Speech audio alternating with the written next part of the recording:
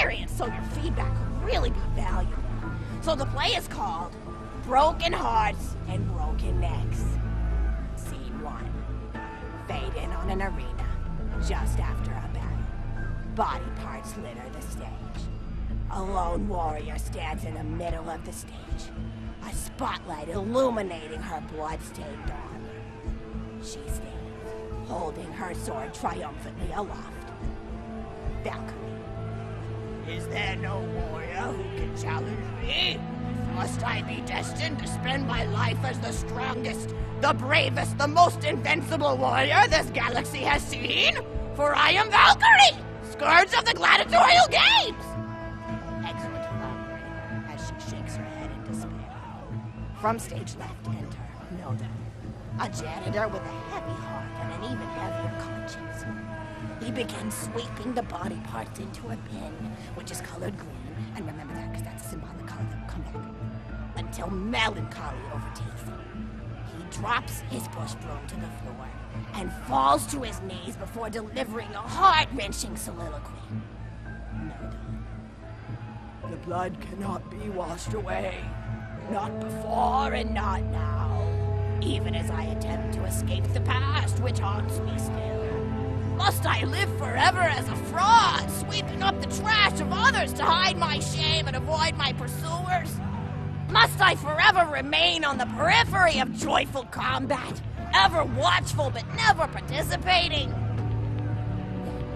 With a clatter of oaths, Valkyrie re-enters the stage right. Good morrow, lowly janitor. I heard a noise and thought it worth investigating. No, oh, great Valkyrie, 'twas nothing but the wails of those souls you released from their bodies tonight. Souls that wail in agony as they fly upward to Valhalla. Valkyrie. Fools! What have they to wail about? Their agonies are over, ended at the point of my sword. Mine, however, have only yet begun. For it is lonely at the top, and an unchallenged life is a boring one. No done, aside. If only I were able to tell her my true identity, I would give her a fight she would not soon forget. Back to Valkyrie. Yes, ma'am, boredom is the true tragedy. May you one day find challenge in combat. Stooping, Nodon picks up a giant two-armed bastard sword with almost no effort. Valkyrie aside. What is this? Excellent. Stage left. Valkyrie.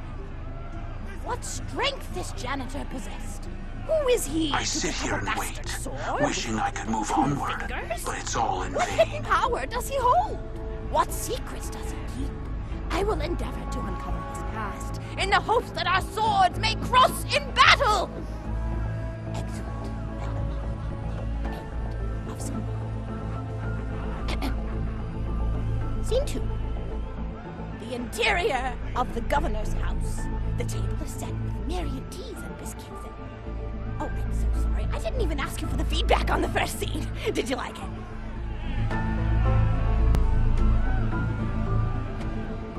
Oh, wonderful. I'll continue then. Scene 2. The governess enters from stage left. Governess. I refuse to respond to these absurd accusations. Her husband looks at her quizzically. Governor. And what accusations may those be? Governess. Actually, you know what? I don't think I'm ready to get feedback on the play yet. But what about you? What are you up to? Tell Grandma Flexington all about it. I bet you've had some amazing adventures. Mr. Torg told me about the time you all played bunkers and badasses together. He said it was one of the most fun and welcoming experiences of his life. Grandpa! You're embarrassing me! Sorry, sweetie, but really, you and the Vault Hunters are his first real pals. It wasn't easy for Mr. Torg to make friends at school when he had facial hair at age 8, pecs at 8.5, and dead parents by age 9. People found him intimidating, but I told him that he should be thankful for the fact that he looks different. Anyone who wouldn't be friends with you based on appearance wouldn't be a very good friend anyway. But he really does like hanging out with all of you. Most people these days want Torg to pose for pictures or blow something up by flexing at it. It's not often he gets to sit down and play games with people. Oh, speaking of games, did you play Going Back to the House yet?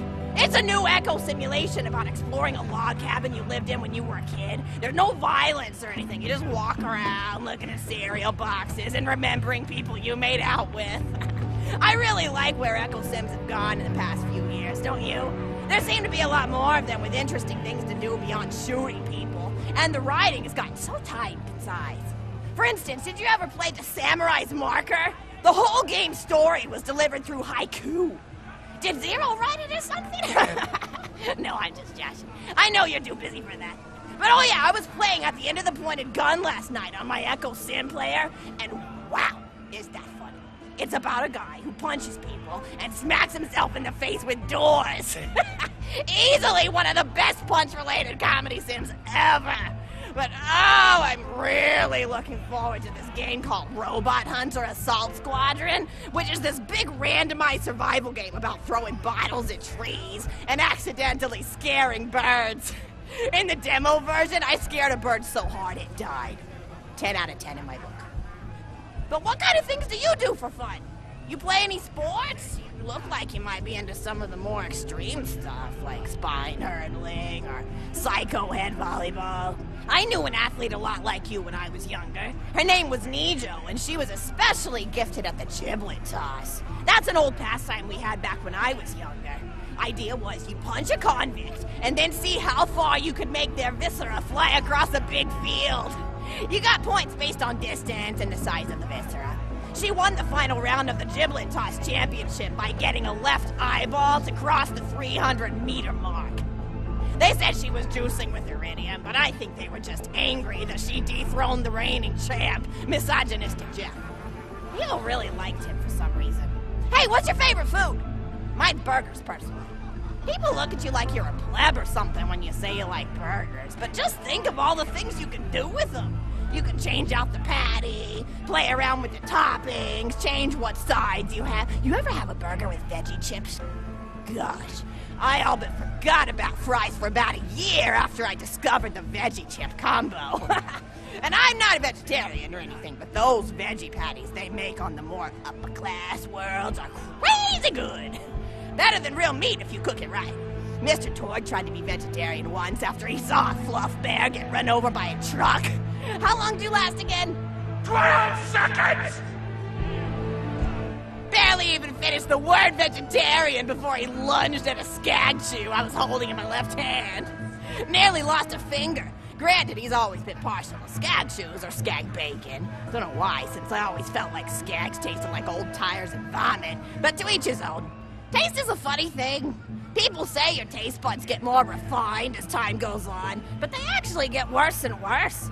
So when Mr. Torg used to refuse vegetables as a kid, it's because he was actually tasting how awful they were. When we old folks eat vegetables, we're only okay with it because we can't taste all the gross vitamins and stuff. Granted, vitamins are what have kept me going for as long as I've been going. You get enough B12 in your system and you can headbutt a freight train without so much as a bruise. That reminds me, I need to get my pills ready for the rest of the week. I have one of those little metal containers split into different sections for each day. It's really helpful. And the sides are sharp enough that I can use it to ward off burglars if I need to. What else do I have to do this week? Probably head to the bazaar, pick up some frozen spider and flanks. Gotta bring my coat, though, because it gets kind of chilly in the freezer section. What else do I need? I need Schwartzman's candy drops. Gosh, those are delicious. They're so smooth and sweet. Just thinking about them, I could go for one right now, couldn't you? Do you think you could go find me one?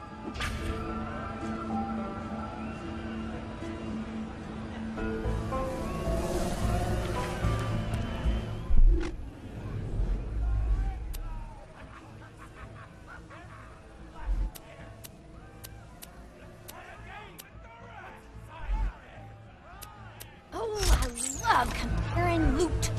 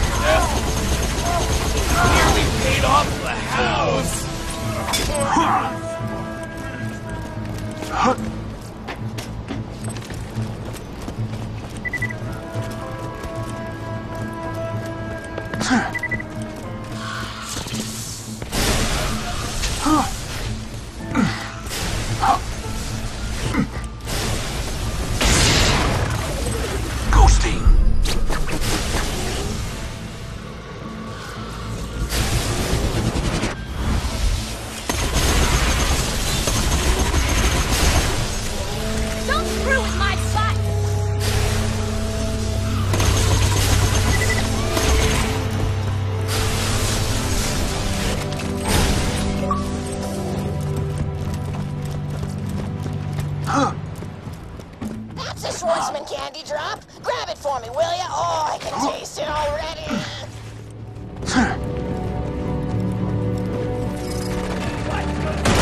How hilarious. You just set off my trap card. Your death approaches.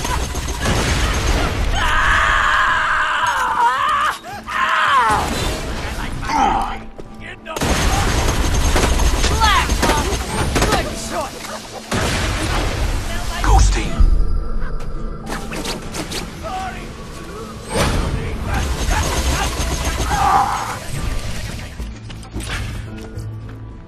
Oh, wonderful! Bring it back here and I'll finish my story.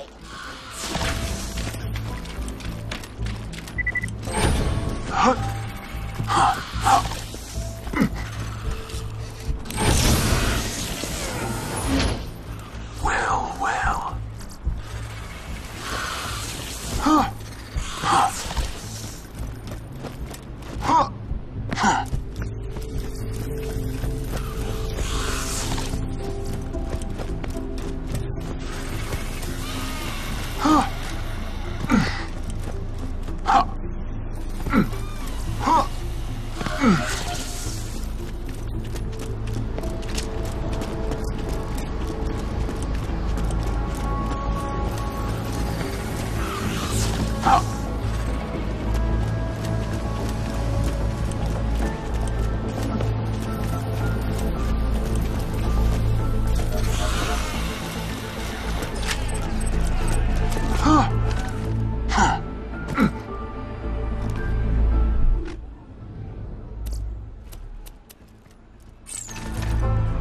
Thank you so much! I'll eat this later while sitting by the fireplace telling Mr. Torg stories of days gone by. There's just nothing like a good roaring fireplace, is there? Something healing and safe. Maybe that's why our family likes explosions so much. They're basically just big fireplaces. Every explosion feels just like coming home. Oh, maybe that'd be a good slogan for the Torg Corporation. Don't you think, High Five? Oh, don't be silly. It's a wonderful slogan and you know it. I used to come up with slogans for a living when I was in my teens. I came up with the jingle for Professor Gunsight's Can't Miss Scopes. How'd it go again? Oh, yeah! If you try to shoot but you miss a lot, then give Professor Gunsight's Scopes a shot. And then they played a gunshot sound effect and someone going, ah! It was cute. But gosh, I've been talking for a while now, haven't I? Thanks for bringing your friends to listen to an old woman ramble for a while. I can't tell you how great it is to have somebody new to talk to, especially a Vault Hunter. Oh, and one more thing! No, actually, that can probably wait. Just something about vaults and the end of the universe. Anyway, here. I always spoil my friends, just like I spoiled my grandson.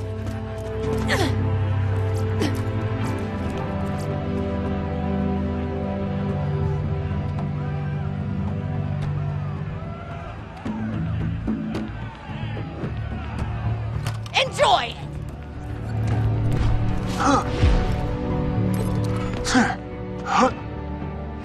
Conversation! Ow!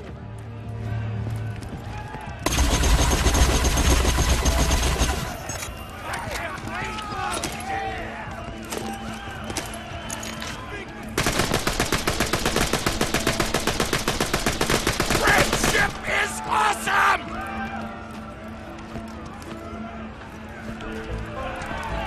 Remember that time we all played bunkers and badasses together? I will treasure that moment forever!